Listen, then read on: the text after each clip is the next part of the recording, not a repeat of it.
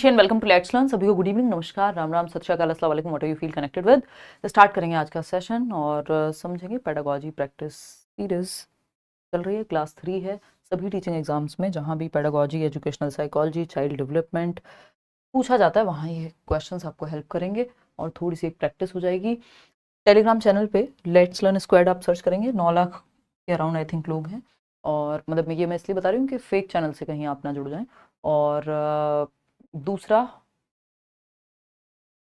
PDF जो है first session की वो आपकी शेयर हो गई है और कल वाले सेशन की आज हो जाएगी और ये वाले सेशन की भी आज ही कोशिश करेंगे कि कर दें। लाइक शेयर सब्सक्राइब आप कर देंगे। फटाफट से क्वेश्चन पे चलते हैं। आज क्वेश्चन थोड़े से कम है, 20 लेने का हमने ट्राई किया है या सोचा है, बट आज 13 क्वेश्चन हैं। जनरली हम 20 कर रहे हैं। और कल आप लोगों ने यार बताया नहीं कमेंट करके, हो सकता है किया भी हो तो हम देख ना पाए हो, कि कल क्वालिटी का थोड़ा सा इशू था, तो वो बाद में मैंने देखा तो बहुत मतलब ब्लर दिखाई दे रहा था। तो ये सब तो बता दिया करो कमेंट करके। चलिए खैर शुरू करें। बहुत बढ़िया। क्वेश्चन नंबर 1 है, जवाब देंगे आप। विच of the following is projective technique of personality measurement, यानी निम्नलिखित में से कौन व्यक्तित्व मापन की प्रक्षेपी तकनीक है। 3 प्रकार की तकनीकें होती हैं जब पर्सनैलिटी के टेस्ट की हम बात करते हैं। पर्सनैलिटी मेजरमेंट या पर्सनैलिटी असेसमेंट या पर्सनैलिटी टेस्ट, एक ही बात है ना। प्रोजेक्टिव टेक्निक आपको पहचाननी है, यानी प्रक्षेपी तकनीक। आपकी प्रोजेक्टिव टेक्निक्स होती हैं, ऑब्जेक्टिव टेक्निक्स होती हैं और सब्जेक्टिव टेक्निक्स होती हैं। अभी उस पर चर्चा करेंगे, बट आपको अभी प्रोजेक्टिव टेक्निक को यहाँ पे पहचानना है। 4 ऑप्शंस में से पहला है रेटिंग स्केल, दूसरा है इंटरव्यू यानी साक्षात्कार, ऑब्जर्वेशन यानी अवलोकन, और fourth option is thematic apperception test. फटाफट से बताएंगे। सबका इसमें अलग अलग जवाब होगा। अवलोकन कैसे हो जाएगा भाई? देखो ऑब्जर्वेशन, यहाँ पे ऑब्जर्वेशन बेसिकली कंट्रोल्ड ऑब्जर्वेशन से मतलब है कि एक माहौल में आपको रखा गया है और आपको ऑब्जर्व किया जा रहा है, तो वो ऑब्जेक्टिवली ऑब्जर्व किया जाता है कि टीचर आपको कुछ करते हुए क्या कर रहे हैं, ऑब्जर्व कर रहे हैं, तो वो डायरेक्ट है, तो उसको हम ऑब्जेक्टिव मेजरमेंट में डालेंगे। यहाँ पे रेटिंग स्केल ऑब्जेक्टिव है। इंटरव्यू को कई बार हम सब्जेक्टिव में डालते हैं, अभी मैं बताऊंगी ये अलग अलग कैसे हैं, क्या है। ऑब्जर्वेशन को भी सब्जेक्टिव में डाल देते हैं या ऑब्जेक्टिव में डालते हैं, वो डिपेंड करता है किस तरह का ऑब्जर्वेशन है, कंट्रोल्ड है, नॉन कंट्रोल्ड है। ठीक, तो ये हुई एक बात। आंसर क्या बचा आपके पास? टेट, जिसको हम कहते हैं TAT, थीमेटिक एपरसेप्शन टेस्ट।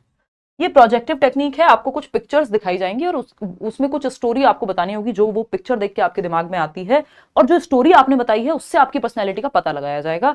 ये प्रोजेक्टिव है। प्रोजेक्टिव टेक्निक्स होती है प्रक्षेपण, जैसे टॉर्च लगा रहे हैं ना कहीं पे तो लाइट दिखेगी, वैसे ही प्रक्षेपण में आप प्रोजेक्ट कर रहे हैं आपके दिमाग में क्या है, आपकी पर्सनैलिटी कैसी है, किसी एक पिक्चर को देख करके। तो ये प्रोजेक्टिव टेक्निक यहाँ पे थीमेटिक एपरसेप्शन टेस्ट ही है।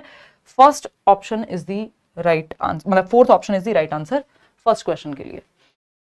टेट ऐसे दिखते हैं, कुछ कार्ड्स आपके सामने प्रेजेंट किए जाते हैं। मॉर्गन एंड मरे ने दिया था ये टेस्ट, हस्बैंड वाइफ हैं। मॉर्गन एंड मरे ने कुछ कार्ड्स दिए कि अब आपको उन कार्ड्स के बेसिस पे अलग अलग चीजें दिखाई जाएंगी। उन पिक्चर्स में कुछ कार्ड्स होंगे, उन कार्ड्स में, और उन कार्ड्स के आधार पे आपको क्या दिखाई देता है, आप अपनी एक स्टोरी बनाएंगे। तो वो जो स्टोरी होगी वो आपकी पर्सनैलिटी के बारे में बताएगी। तो ये एक प्रोजेक्टिव टेक्निक है, प्रक्षेपण विधि है। असेसमेंट ऑफ पर्सनैलिटी या पर्सनैलिटी टेस्ट के 3 तरीके होते हैं, 3 विधियां होती हैं। सब्जेक्टिव मेथड है ना, जिसको हम सब्जेक्टिव मेथड को कह देते हैं व्यक्ति परक, यानी इंडिविजुअल टू इंडिविजुअल वेरी करेगा। ठीक, व्यक्ति परक विधि। ऑब्जेक्टिव मेथड्स को हम वस्तुनिष्ठ कह देते हैं, जैसे आपके ऑब्जेक्टिव क्वेश्चंस होते हैं, 4 ऑप्शन है आपके सामने और एक टिक करना है, वस्तुनिष्ठ। प्रोजेक्टिव मेथड्स यानी प्रक्षेपण विधि, प्रक्षेपण विधि। ठीक है, समझते हैं कहानी क्या है। देखिए सब्जेक्टिव मेथड्स वो मेथड्स है जहां व्यक्ति खुद अपने बारे में बता रहा है या उसका कोई रिलेटिव उसके बारे में बता रहा है। ठीक, जैसे ऑटोबायोग्राफीज हैं, जितनी भी ऑटोबायोग्राफीज आपने सुनी है, महात्मा गांधी की ऑटोबायोग्राफी बहुत फेमस है, हिटलर की ऑटोबायोग्राफी जो है फेमस है, जो स्वयं से लिखी जाती है, बायोग्राफी कोई और लिख रहा है तो। ठीक, तो ऑटोबायोग्राफीज हो गई। यहाँ पे केस स्टडीज हो सकती हैं, किसी रिलेटिव का कोई कथन हो सकता है। ऑटोबायोग्राफी जो आपकी पर्सनैलिटी के बारे में बताएगा, तो ये सब्जेक्टिव है। अलग अलग लोगों की अलग अलग ऑटोबायोग्राफी हो सकती है ना, अलग कहानी होगी, उसके नजरिए से होगी और वो कहानी। ठीक, ऑब्जेक्टिव मेथड्स में आपकी चेकलिस्ट या rating list, rating scale type की चीजें आ जाएंगी, जो जिसमें ऑब्जेक्टिविटी है। ऑब्जर्वेशन आ जाएगा, कंट्रोल्ड ऑब्जर्वेशन, आप ऑब्जर्व कर रहे हैं, टीचर है वो ऑब्जर्व कर रहा है। प्रोजेक्टिव टेक्निक्स में ये आपका थीमेटिक एपरसेप्शन टेस्ट है, वर्ड कंप्लीशन टेस्ट है, सेंटेंस कंप्लीशन कहते हैं कि आपको कुछ हाफ सेंटेंस दिया गया और कंप्लीट करना है उसको, तो उससे आपकी पर्सनैलिटी का पता लगेगा कि आप किस तरह से कंप्लीट कर रहे हैं। ठीक, तो ये 3 प्रकार होते हैं पर्सनैलिटी असेसमेंट के। याद आ रहा होगा उन लोगों को जिन्होंने अभी हमने बैच में रिसेंटली ही पर्सनैलिटी का चैप्टर कंप्लीट किया था। चलिए खैर क्वेश्चन नंबर 2 पे आते हैं और समझते हैं कहानी। विच of the following elements is least important. देखिए लीस्ट लिखा हुआ है, मोस्ट नहीं लिखा है, least important in the learning process, यानी निम्नलिखित में से कौन सा तत्व सीखने की प्रक्रिया में सबसे कम महत्वपूर्ण है। लीस्ट इंपॉर्टेंट, सीखने की प्रक्रिया में सबसे कम महत्वपूर्ण तत्व पहचानना है 4 ऑप्शंस में से। पहला है सिलेबस, यानी सिलेबस सबसे कम महत्वपूर्ण है, टीचर महत्वपूर्ण सबसे कम है, या फिर एनवायरनमेंट सबसे कम महत्वपूर्ण है यानी पर्यावरण, और या फिर कोऑपरेशन यानी सहयोग कम महत्वपूर्ण है। अब ये क्वेश्चन देख करके ऐसा लग सकता है कि इसका जवाब कुछ और होना चाहिए, बट आप कुछ और दे रहे होंगे। मैं एक बार पोल में चेक कर लेती हूँ, क्योंकि अगर मैं आपको जवाब बता दूंगी तो फिर आप बहुत ही स्मार्ट लोग हैं, उसी पे क्लिक कर देंगे, जो कि अच्छी बात नहीं होगी। चीटिंग नहीं करनी है। गुड इवनिंग भाई, पूनम, नम्रता। चलिए खैर, तो यहाँ पे पोल मुझे शो ही नहीं हो रहा फ़ोन में। 61% लोग एक ही ऑप्शन दे रहे हैं, है ना। देखो एक नज़र में ऐसा लग सकता है कि इसका जो ऑप्शन होगा सही या सही आंसर होगा वो फर्स्ट होगा, जो कि है नहीं। समझते हैं कहानी क्या है। लीस्ट इंपॉर्टेंट, देखो least important in the learning process, learning process में सबसे कम महत्वपूर्ण क्या है। तो हम यहां अगर ट्रायंगल के पर्सपेक्टिव से देखें, ट्रायंगल के पर्सपेक्टिव से देखें, जिसमें हम बात करते हैं टीचर की, स्टूडेंट की, या फिर एनवायरमेंट की, सिलेबस करिकुलम का ही हिस्सा हो जाएगा। तो एनवायरमेंट में कोऑपरेशन अपने आप आ जाएगा, ये कह सकते हैं। बिना सिलेबस के गाइडलाइन तो चाहिए ना हमें, बिना सिलेबस के थोड़ी चलेंगे। तो यहाँ पे जो सही आंसर है वो कोऑपरेशन के साथ जाया जाएगा, है ना। कोऑपरेशन के साथ जाएंगे, जब सहयोग एनवायरमेंट में ही होगा, ये मान के चल रहे हैं। ये क्वेश्चन पूछा जा चुका है वेस्ट बंगाल टेट में 2014 में, और बोर्ड ने भी इसी को माना था। और उसका रीजन है, मतलब वो पेडागोजी में कुछ रीजन अपने आप बना लेते हैं ना, जो क्वेश्चन बनाता है वही रीजन भी बना देता है कई बार, और पॉसिबल है क्योंकि मैथ्स नहीं है, 2 + 2 4 नहीं होता। ठीक, तो सिलेबस है, एनवायरमेंट है, एनवायरमेंट में ही कोऑपरेशन होगा। वो एनवायरमेंट हेल्दी होना चाहिए, जिसमें कोऑपरेशन और ये सारी चीजें अपने आप आ जाएंगी। टीचर इंपॉर्टेंट ही है ऑफकोर्स, सिलेबस या करिकुलम महत्वपूर्ण है डायरेक्शन के लिए, गाइडलाइन के लिए, और एनवायरमेंट हेल्दी होगा तो कोऑपरेशन उसमें अपने आप शामिल होगा, ऐसे इसको मान सकते हैं। तो हम जाएंगे डी, मतलब 4th ऑप्शन के साथ। आगे बढ़ते हैं, क्वेश्चन नंबर 3 क्या कहता है। Question number 3, the term intelligent quotient, अगर मेरा मतलब मुझे मौका दिया होता तो मैं भी वही चूज करती जो सिलेबस आप लोगों ने किया है। द टर्म इंटेलिजेंस कोशेंट या IQ was introduced by, IQ introduce या बुद्धि लब्धि जो संप्रत्यय है या कॉन्सेप्ट है, वो किसने इंट्रोड्यूस किया। पहला है बिने, फिर है विलियम स्टर्न, थॉर्नडाइक, या नन ऑफ द अबव। बताइएगा, फटाफट बताइए।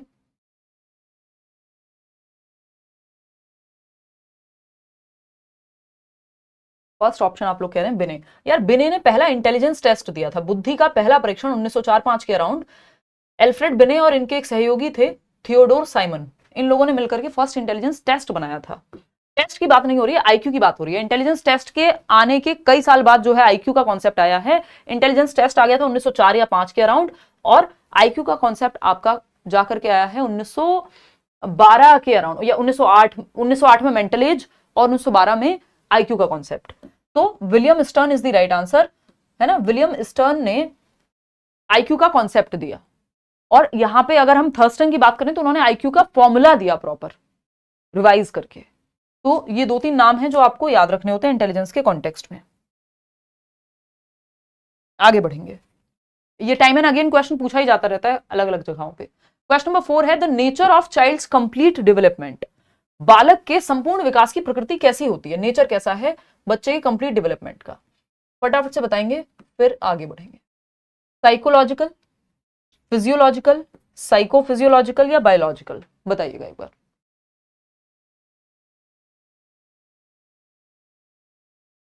अलग अलग देखते हैं, हाँ वीरेंद्र कमेंट ज्यादा ही आते हैं। तो बालक के कंप्लीट डेवलपमेंट यानी एक ओवरऑल डेवलपमेंट, संपूर्ण विकास की जब हम बात करेंगे तो कैसी प्रकृति पाई जाएगी, ये पूछा है।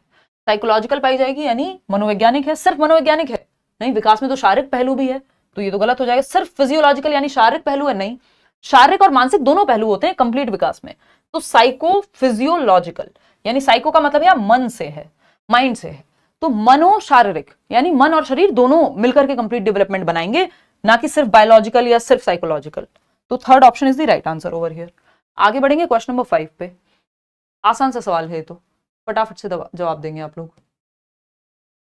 ये कहता है question number 5, development of an individual depends upon any two of the following 4 factors, which of the following pairs is the most appropriate. किसी व्यक्ति का विकास निम्नलिखित 4 कारकों में से किन्हीं 2 पर निर्भर करता है। फटाफट से बताओ,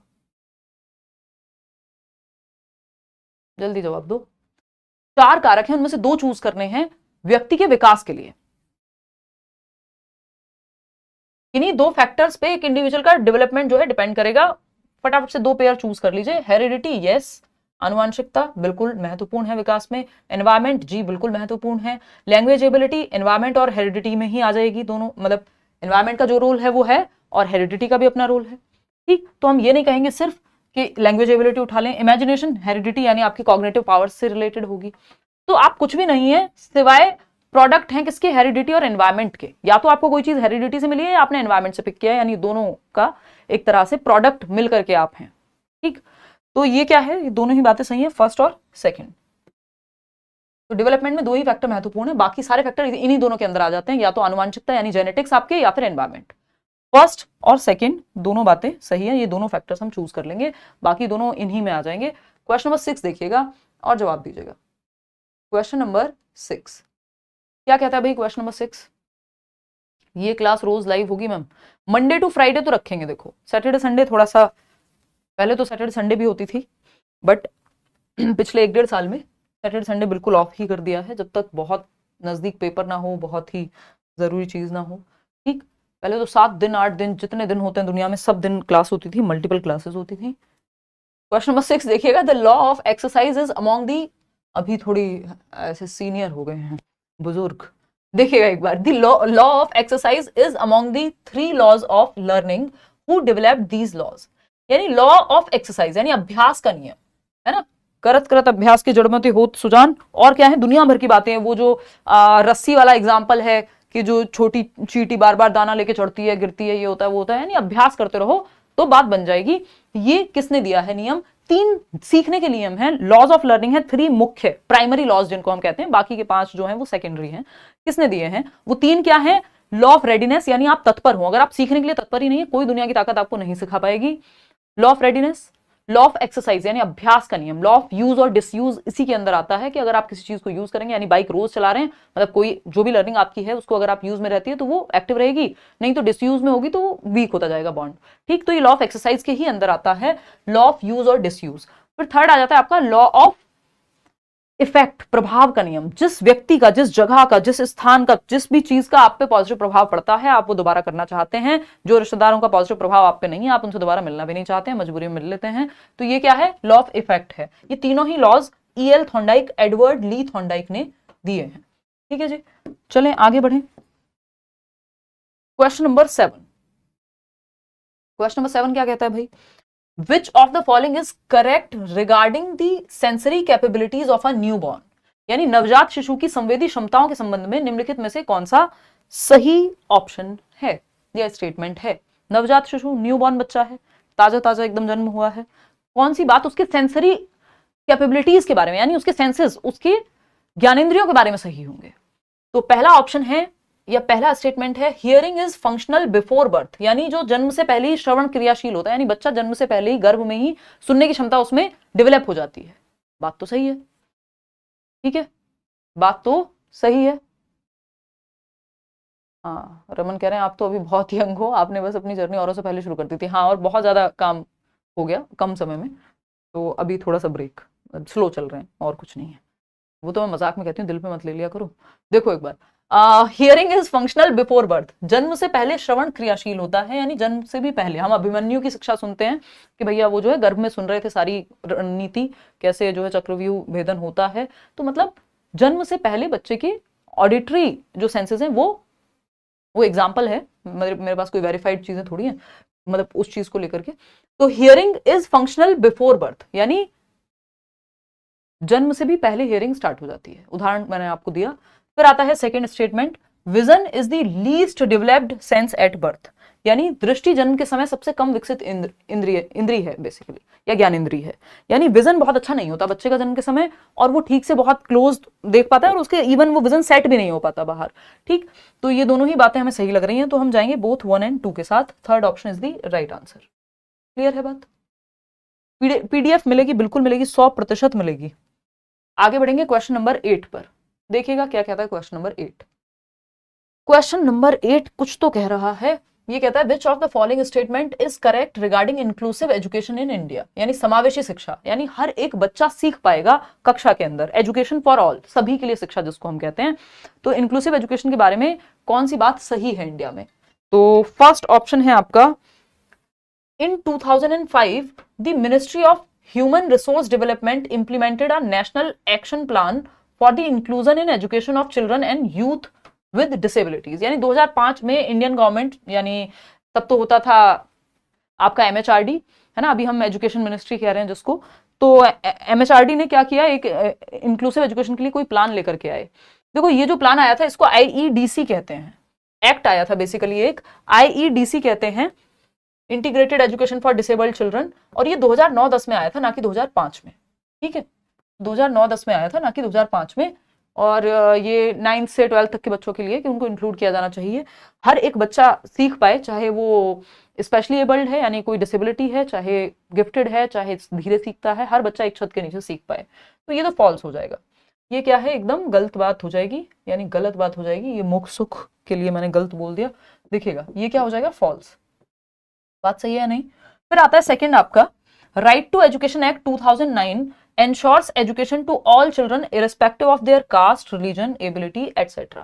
यानी शिक्षा का अधिकार अधिनियम 2009 सभी बच्चों को उनकी जाति, धर्म, क्षमता आदि के बावजूद शिक्षा सुनिश्चित करता है। यानी राइट टू एजुकेशन एक्ट कहता है कि आपकी कास्ट क्या है, रिलीजन क्या है, एबिलिटी है या नहीं है, पैसा है या नहीं है, फ्री एंड कंपलसरी एजुकेशन, यानी निःशुल्क एवं अनिवार्य शिक्षा। 6 से 14 वर्ष का बच्चा निःशुल्क शिक्षा ले सके, कोई भी उसको टेस्ट ना देना पड़े, है ना, कोई उसको फीस ना देनी पड़े एडमिशन के लिए। तो ये फर्स्ट जो बात है वो तो सही है, लेकिन मतलब सेकंड तो सही है, बट फर्स्ट जो है वो सही नहीं मानेंगे हम, तो हम ओनली सेकंड के साथ ही जाएंगे। आगे बढ़ेंगे, क्वेश्चन नंबर 9 देखिएगा एक बार, और इसको दिव्यांग लिखिएगा ऊपर, जो ये विकलांग गलती से ट्रांसलेशन में गड़बड़ हुई है। क्वेश्चन नंबर 9 देखिएगा, ये क्या कहता है भाई, ये कहेगा विच of the following statements is not correct about the duties of the local authority in the right of children for free and compulsory education act 2009। यही शिक्षा का अधिकार अधिनियम जो है 2009 वाला, जिसमें फ्री एंड कंपलसरी एजुकेशन की बात की गई कि 6 से 14 वर्ष के बच्चों के लिए, यानी कक्षा 1 से 8 तक के लिए आप निःशुल्क शिक्षा दीजिए, कोई पैसा मत लीजिए, और अनिवार्य होनी चाहिए, यानी हर बच्चा स्कूल आए, ये अनिवार्य है। अगर माँ बाप घर पे रख रहे हैं तो वो भी अपराधी होंगे इस केस में। ठीक, तो फ्री एजुकेशन और कंपलसरी एजुकेशन, और आप फेल नहीं करेंगे 8th तक, फिर बाद में इसमें चेंजेस भी हुए कुछ। तो take capitation fee for admission, देखिए इसमें फीस तो ली ही नहीं जाती है ना, इसमें पूछा है कि ड्यूटी क्या नहीं है लोकल अथॉरिटी की, लोकल अथॉरिटी छोड़ दीजिए, फीस होती ही नहीं है, कैपिटेशन फीस नहीं है। फ्री एंड कंपलसरी एजुकेशन का मतलब ये है कि एजुकेशन फ्री होगी, तो कैपिटेशन फी नहीं है, यानी फीस नहीं ली जाएगी, पहला गलत हो गया। Provide training facility for teachers, हाँ टीचर्स के लिए ट्रेनिंग फैसिलिटी, इंक्लूसिव एजुकेशन के लिए ट्रेनिंग फैसिलिटी, ये सब होगा।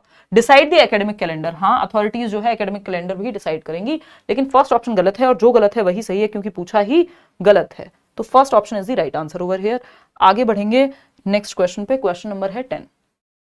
क्वेश्चन नंबर 10 देखिएगा, which of the following features are involve in the problem solving method of learning, समस्या समाधान विधि लगभग हर एग्जाम में पूछ ली जाती है कई बार। तो सीखने की समस्या समाधान विधि या पद्धति में निम्नलिखित में से कौन सी विशेषताएं शामिल है? यानी प्रॉब्लम सॉल्व करके बच्चा सीखे, उसके सामने कोई प्रॉब्लम पोज की जाएगी, फिर वो उसको टैकल करेगा, स्टेप बाय स्टेप सॉल्यूशन निकालेगा, इसको हम प्रॉब्लम सॉल्विंग कह रहे हैं। तो पहला ऑप्शन है, a goal is to be reached, कोई एक गोल होता है, यानी एक प्रॉब्लम है सॉल्व करने के लिए, तो वो गोल हो गया, रीच करेगा जिससे बच्चा, ठीक है। सेकंड है challenging the felt difficulty through conscious planned and purposeful attack, यानी जो भी डिफिकल्टी महसूस हो रही है उसके लिए एक प्रॉपर प्लान बनाया जाएगा कि अच्छा ये समस्या है, इसको ऐसे टैकल करेंगे, इसके लिए ये सॉल्यूशन हो सकते हैं, तो एक प्लानिंग लगेगी प्रॉपर। और जैसे पेपर क्लियर नहीं हो रहा तो कहां समस्या है आखिर, तो वो देखेंगे, फिर इतने घंटे पढ़ना है वो देखेंगे, कहां से पढ़ना है वो देखेंगे, तो स्टेप बाय स्टेप सॉल्यूशन होगा, एक पर्पसफुल प्लान होगा। दोनों ही बातें सही हैं, तो बोथ 1 और 2 सही हो गए, first option is the right answer. आगे बढ़ेंगे, क्वेश्चन नंबर 11 देखिएगा, ये क्या कहता है भाई। आज की क्लास थोड़ी छोटी होगी, 13 ही क्वेश्चन करने वाले हम लोग। Dash is a shared popular set of beliefs and expectations often without any basis about qualities of females and males. यानी डैश महिलाओं और पुरुषों के गुणों के बारे में अक्सर बिना किसी आधार के मान्यताओं और अपेक्षाओं का एक साझा लोकप्रिय समूह है। मतलब बस फैशन है, एक ट्रेंड है, वो भी पुराने टाइप का फैशन जो है, थोड़ा नया कह देते हैं हम, ये पुरानी गढ़ी हुई चीजें हैं, है ना, जो ऐसे पॉपुलर सेट ऑफ बिलीफ्स है कि महिलाओं को तो ऐसा होना चाहिए, पुरुषों को ऐसा होना चाहिए, महिलाओं को ये काम करना चाहिए, पुरुषों को ये काम करना चाहिए, ब्ला ब्ला, ऐसी 50 चीजें हैं। तो ये पॉपुलर बिलीफ्स हैं जो चलते हैं, सारे समाज में ज्यादातर लोग मान ही रहे हैं, आम राय यही है ना।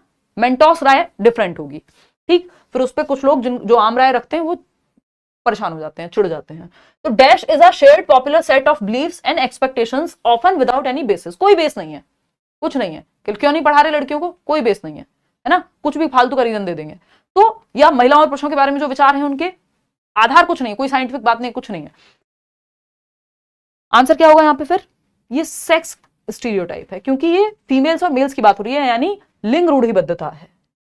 किसी धर्म के बारे में ऐसे विचार हैं कि फलाने ग्रुप के लोग ऐसे, इस जाति के लोग ऐसे होते हैं, तो वो रिलीजियस स्टीरियोटाइप हो जाएंगे। एज के आधार पे कि छोटे बच्चे हैं तो मूर्ख ही होंगे, ऐसा मान लेते हैं कई लोग, नहीं हम बड़े हैं हमें बहुत पता है, जबकि दुनिया में घर से बाहर निकल के ठीक से देखा भी नहीं। तो ये क्या होगा, ये आयु रूढ़िबद्धता कहलाएगी, एज स्टीरियोटाइप। सेल्फ स्टीरियोटाइप, ये भी बहुत तरह की जो है आपको यहाँ पे समाज में, मतलब बहुत तरह के स्टीरियोटाइप देखने को मिल जाएंगे। क्वेश्चन हर एक चीज में लगभग स्टीरियोटाइप आपको मिल जाएगा। क्वेश्चन नंबर 12, स्टीरियोटाइप है पॉपुलर बिलीफ, जो मान लिया गया है, जिसमें कोई लॉजिक है, होता नहीं है। क्वेश्चन नंबर 12 देखिएगा, read the given lines and identify the correct educational thinker. भाई आपको ये लाइंस पढ़नी है और देखना है कि किस थिंकर ने इन लाइंस को दिया है। तो दी गई पंक्तियों को पढ़ें और सही शैक्षिक विचारक की पहचान करें। उन्होंने विद्यालय के सामाजिक एवं नैतिक स्वरूप पर बल दिया। उनका मानना था कि एक स्कूल को लघु समुदाय, एक भ्रूणीय समाज के रूप में काम करना चाहिए। यानी किसने कहा है, he stressed the social and moral nature of the school. He believed that a school should serve as a miniature community and embryonic society. यानी स्कूल को एक, इन्होंने ही कहा है, एजुकेशन इज लाइफ इटसेल्फ, यानी शिक्षा ही जीवन है। तो अगर हम देखें यहाँ पे, तो ये क्या है कि मिनिएचर कम्युनिटी, यानी समाज का छोटा सा रूप है। तो प्रॉब्लम सॉल्विंग या रियल लाइफ या सोशल प्रॉब्लम्स को सॉल्व किया जाना चाहिए, बच्चों को रियल लाइफ से जोड़ें, ठीक है। एक्टिविटी करके सिखाएं, लर्निंग बाय डूइंग की जब हम बात करते हैं, क्योंकि स्कूल क्या है, कम्युनिटी का ही एक छोटा रूप है, कम्युनिटी का ही मिनिएचर वर्जन है, यानी समाज एक बड़ा वर्जन हो गया, उसका छोटा रूप स्कूल में समाज से आ रहे हैं लोग। और एम्ब्रियोनिक सोसाइटी है, यानी आज जो हम स्कूल में माहौल बना रहे हैं वही कल का समाज भी होगा, ठीक। तो ये जॉन डुई कह रहे हैं, जॉन डुई या जॉन डीवी जिसको हम कह रहे हैं, ठीक। चलिएगा आगे बढ़ेंगे। प्रोग्रेसिव एजुकेशन की इन्होंने बात की है, प्रगतिशील शिक्षा। आज के लिए आखिरी सवाल है आपके सामने, फ्रीक्वेंट ब्लिंकिंग में be a symptom of which impairment. यानी बार बार बच्चा जो है वो पलकें झपकाता है, बार बार पलकें झपकाना किस हानि का, किस विकार का, या फिर विकार भी कहना गलत होगा यहाँ पे, किस डिसेबिलिटी का लक्षण हो सकता है, विकार कह सकते हैं, हानि तो क्या कहेंगे, बताइएगा कहाँ समस्या है बच्चे में। अगर वो बार बार पलकें झपकाता है, बच्चा आंख खोल के ज्यादा देर तक टिक के देख नहीं पा रहा, बार बार ब्लिंक कर रहा है आईज, तो सिंपल है, ये विजुअल इंपेयरमेंट है। उसको कहेंगे कि आई टेस्ट कराए बच्चा और पता करेंगे। कई बार बच्चे जो है पीछे से उठ उठ के देखते हैं, बार बार इधर उधर करके देख रहे होते हैं, तो संभावना है कि उनको आईसाइट में कुछ दिक्कत हो। तो विजुअल इंपेयरमेंट हो सकता है बच्चे को, यदि वो बार बार आपकी जो ब्लिंक कर रहा है आईज, यानी पलकें झपका रहा है, ठीक। हियरिंग इंपेयरमेंट में हो सकता है बच्चा सुन ना पाता हो, तो कॉपी में गलत लिख रहा हो, थोड़ा आगे आके बिठाएंगे फिर उसको और 70 चीजें कर सकते हैं, डिपेंड करेगा कितना इंपेयरमेंट है। स्पीच इंपेयरमेंट में बोलने में दिक्कत होगी। तो ये सारी बातें हैं। और मैम आपका फुल कोर्स कहाँ है, करियर विल ऐप पे टीचिंग सेक्शन में जाएंगे। पेडागोजी स्पेशल में अभी भी एडमिशंस ओपन है, वो कंप्लीट बैच है पेडागोजी का, और बाकी शायद सीटेट के बैचेस में और DEET+B के बैचेस में भी एडमिशंस ओपन है। तो करियर विल ऐप डाउनलोड करेंगे, फिर टीचिंग सेक्शन में जाएंगे, है ना, क्योंकि वहाँ और भी सेक्शंस हैं। तो ये हुई एक बात, आज कम ही क्वेश्चंस किए, मंडे मिलेंगे, संडे को कोशिश करेंगे संडे वार्ता हो पाए। इस बार नहीं हो पाई तो आप समझ जाइएगा, काफी दिनों से नहीं ही हुई है। आउट ऑफ, ये PDF आपको मिल जाएगा Telegram channel let's learn squared. Out of 13 questions कितने ठीक हुए कमेंट करके बता दीजिएगा। मंडे टू फ्राइडे पूरी कोशिश है कि एक क्लास कंटिन्यू कर पाएं। अब लाइक शेयर सब्सक्राइब आप कर दीजिएगा, बाकी बी योर ओन कांस्टेंट, अपने साथ बने रहें। थैंक यू आप सभी का, धन्यवाद। और मंडे से डेली मिलेंगे, बिल्कुल मजा आएगा। कोमल आ रहा है अगर तो, है ना, और मेरा भी बहुत ब्रेक आ गया बीच में, तो अब कंटिन्यू करेंगे तो धीरे धीरे एंजॉय भी करेंगे सेशन को और ज़्यादा। और बताओ, नहीं नाम वाम कुछ नहीं देना है PDF के लिए, किसी को कुछ पैसा नहीं देना, फ्री मिलेगा। टेलीग्राम चैनल पे लेट्स लर्न स्क्वाड सर्च कर लेना, या डिस्क्रिप्शन बॉक्स में लिंक दिया हुआ है, कल कमेंट सेक्शन में भी दे देंगे लिंक। आउट ऑफ 13 13 10 4 11 9 10, ठीक है। सलमा, हेमंत, रिमझिम, जूही, अंजलि राजावत, सुप्रिया, प्रगति, जयशंकर, अनामिका सिंह, सिसोदिया, तनु सिंह, मनु कुमार। चलिए भाई ठीक है, धन्यवाद आप सभी का, थैंक यू। चलो, नहीं बैच में रिकॉर्डेड भी है और लाइव भी है, दोनों ही चीजें हैं। जो लाइव चल रहा है वो है, जिसको जल्दी है सिलेबस कंप्लीट करने की, वो रिकॉर्डेड भी साथ में मिल जाएगा। चलिए टेक केयर। ये पेडागोजी के बैच की बात कर रही हूँ, बाकी बैचेस में नहीं। हाँ ले सकते हैं बैच अभी दिव्यांग। चलिए टेक केयर, बाय बाय, धन्यवाद आपका। कल नहीं, हम मिलेंगे संडे को, संडे वार्ता करेंगे, संडे वार्ता में डिस्कशन होता है। और मंडे तो मिलेंगे, अगर संडे बाय चांस नहीं हुआ तो मंडे टू फ्राइडे तो ये वाली क्लास 9 बजे की आप फिक्स ही मानिए। Take care, bye.